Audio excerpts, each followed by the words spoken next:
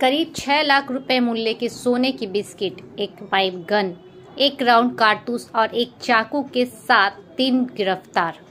आप सबका स्वागत है न्यूज लाइन कोलकाता में।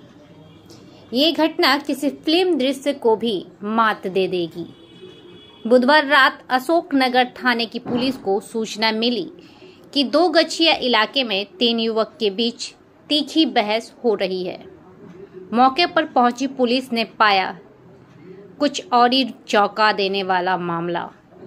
बाद में पुलिस सूत्रों से जानकारी मिली कि बागनान थाना क्षेत्र के निवासी विभूति विश्वास 6 सोने की बिस्किट लेकर दत्तपुकुर स्टेशन पहुंचे थे।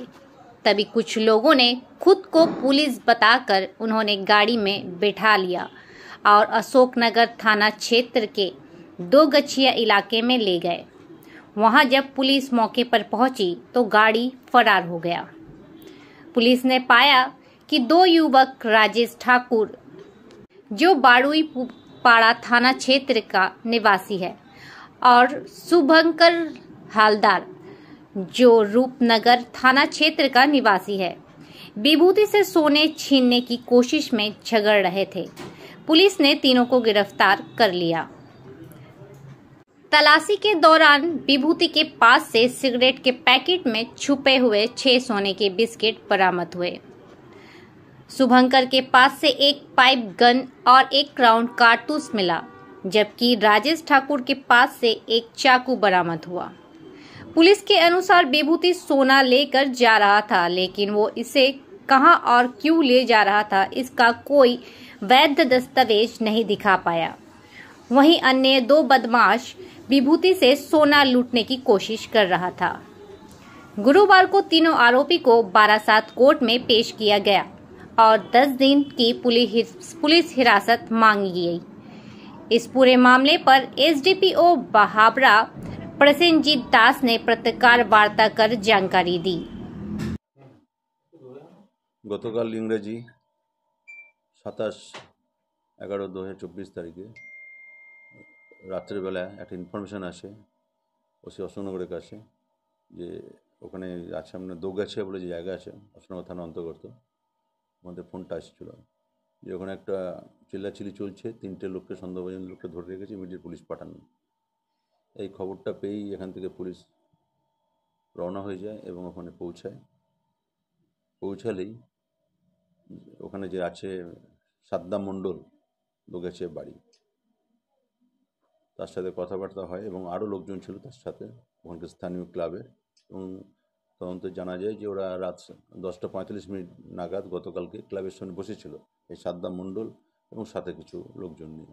হঠাৎ করে একটা গাড়ি আসে দ্রুতগতিতে এবং ওদের থেকে একটু দূরে গাড়িটি দাঁড়ায় এবং গাড়ি থেকে খুব চিল্লাচিল্লির শব্দ শুনে এই সাদ্দাম মণ্ডল সঙ্গে আরও বন্ধুবান্ধব নিয়ে ওরা এগিয়ে যায়।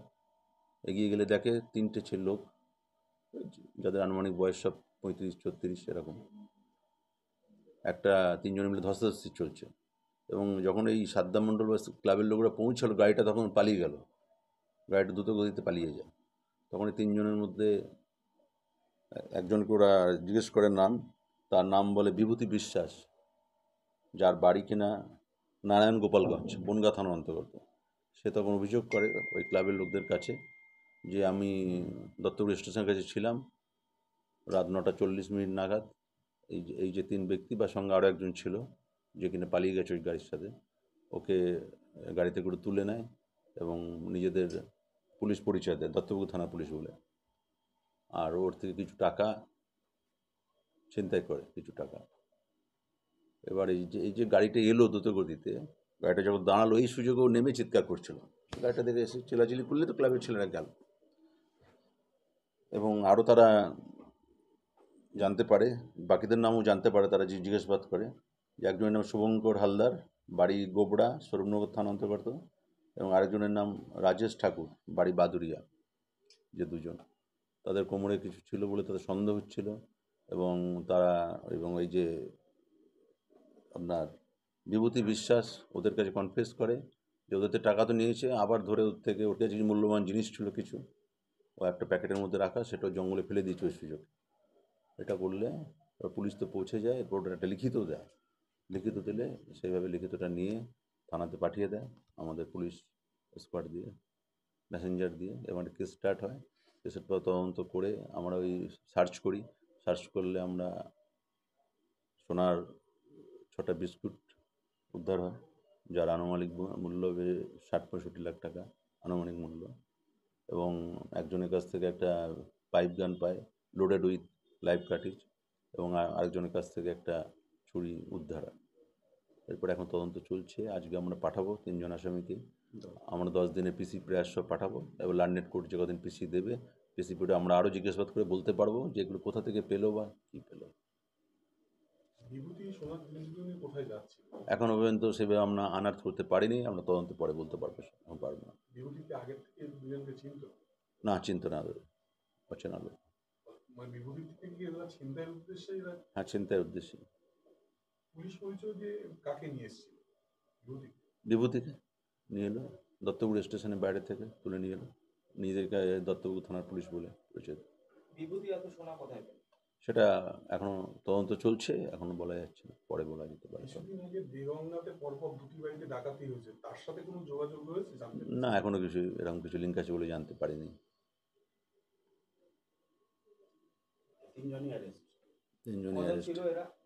3জন, এবং অ্যাজ পার স্টেটমেন্ট অফ বিভূতি বিশ্বাসের সঙ্গে আরও একজন ছিল, যে কিনা ওই গাড়ি করে পালিয়ে গেছে। না, ওইসব পুলিশ ছিল না, পুলিশ লাগাবো 4 চাকা। না, গাড়ি কোনো।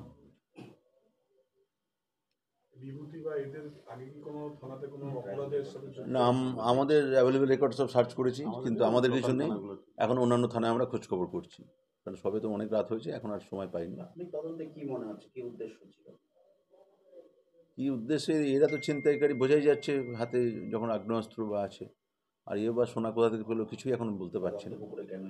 কেন বিভূতি এইসব লেবারের কাজ করে, বলছে আমি সোনা নেওয়ার জন্য নিয়ে যাই, এটাই বলছে। কাগজ আমাদের এখনো দেখাতে পারেনি, জানি না এখন কি আছে, পরে বলতে পারবো সব। পাচার বা কোনো দোকানে কারোর হয়ে নিয়ে যাচ্ছে কিনা এখনো এসব কিছু বলতে পারছি না।